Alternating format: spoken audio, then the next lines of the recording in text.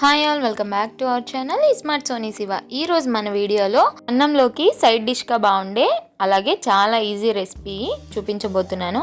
అలాగే చపాతీలోకి కూడా చాలా బాగుంటుంది, పర్ఫెక్ట్గా సెట్ అవుతుందండి. ఈ రెసిపీ వచ్చేసి పచ్చి కొబ్బరి ఫ్రై అనమాట. చాలా చాలా చాలా కమ్మగా ఉంటుంది. ఒకసారి తప్పకుండా ట్రై చేయండి. చేసుకోవడం చాలా చాలా ఈజీ, 10 మినిట్స్లో అయిపోతుంది. పచ్చి కొబ్బరి ఎప్పుడు ఇంట్లో మిగిలినా ఇలా చేసుకొని కర్రీలా చేసుకోవచ్చు, కూరగాయలు ఏం లేకపోయినా కూడా. సో మొదటిసారి ఎవరైనా మన వీడియో చూస్తుంటే సబ్స్క్రైబ్ చేయండి, వీడియోని స్కిప్ చేయకుండా లాస్ట్ వరకు చూసేయండి. ముందుగా పాన్ పెట్టేసుకొని అందులోకి 2-3 టేబుల్ స్పూన్ల దాకా ఆయిల్ వేసేసుకోవాలి.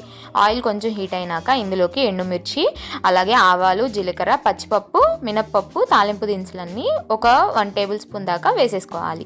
వేసేసుకొని బాగా ఫ్రై అయ్యేంత వరకు ఫ్రై చేసుకోవాలి. ఇప్పుడు ఇందులోకి సన్నగా కట్ చేసుకున్న ఒక ఆనియన్ని వేసేసుకొని ఆనియన్ కూడా కొంచెం ఫ్రై అయ్యేంత వరకు ఫ్రై చేసేసుకోవాలి.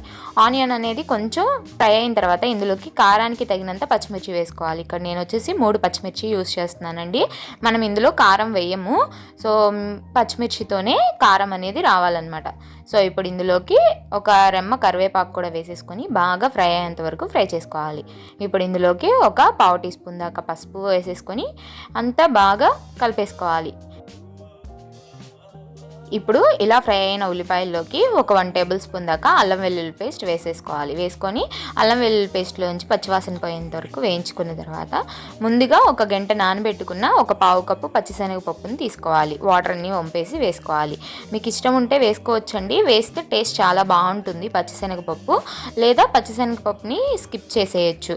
సో ఇవి కూడా కొంచెం ఫ్రై అయిపోయిన తర్వాత ఇప్పుడు నేను ఒక కొబ్బరికాయ మొత్తం తీసుకున్నానండి. దాన్ని ముక్కలుగా కట్ చేసి మిక్సీ పట్టేసుకున్నాను ఇలా తురుములాగా. సో కప్స్ వైజ్ చెప్పాలంటే నేను ఇక్కడ 1 కప్పు యూజ్ చేస్తున్నాను అనమాట. ఒక కొబ్బరికాయ నాకు ఇక్కడ 1 కప్ అయింది. సో దాన్ని బట్టి మీరు క్వాంటిటీ అనేది పెంచుకోవచ్చు. సో కొబ్బరి కూడా వేసేసుకున్న తర్వాత కొబ్బరిలోంచి పచ్చిదనం పోయేంత వరకు బాగా ఫ్రై చేసేసుకోవాలి. సిమ్లో పెట్టేసుకొని ఇప్పుడు రుచికి సరిపడా ఉప్పు కూడా వేసేసుకోవాలి. నేనైతే ఇక్కడ ఒక 1/2 టీ స్పూన్ దాకా ఉప్పు వేసానండి. సో ఉప్పు కూడా వేసుకున్నాక అంతా కలిసే విధంగా కలిపేసుకొని మూత పెట్టేసుకొని మధ్య మధ్యలో కలుపుకుంటూ బాగా మగ్గించుకోవాలి. కొబ్బరి వేగితే భలే కమ్మటి వాసన వస్తుందండి. అప్పుడు మనకి తెలిసిపోతుంది కొబ్బరిలో పచ్చిదనం పోయిందని. చూస్తున్నారు కదా, చక్కగా వేగిపోయింది. మధ్య మధ్యలో కలుపుకుంటూ ఇలా వేయించేసుకోవాలి. మనకి పచ్చిశనగపప్పు కూడా త్వరగా ఉడికిపోతాయి, మనం నీళ్ళు ఏమైపోయినా కూడా నానబెట్టాం కాబట్టి. ఇప్పుడు ఇందులోకి ఒక 1/2 టీ స్పూన్ దాకా ధనియాల పొడి కూడా వేసుకొని అంతా బాగా కలిసే విధంగా కలిపేసుకొని లాస్ట్లో కొత్తిమీర చల్లేసుకొని స్టవ్ ఆఫ్ చేసేసుకొని సర్వ్ చేసేసుకోవడమే. అంతేనండి, చాలా ఈజీగా చేసేసుకున్నాం కదా. ఒక కొబ్బరి తురుముకునే ప్రాసెస్ ఒక్కటే ఉంటుంది, మిగతాదంతా చాలా ఈజీగా చేసుకోవచ్చు. అన్నంలోకి సైడ్ డిష్గా కానీ లేకపోతే చపాతీలోకి కానీ చాలా పర్ఫెక్ట్గా ఉంటుంది, చాలా బాగుంటుంది.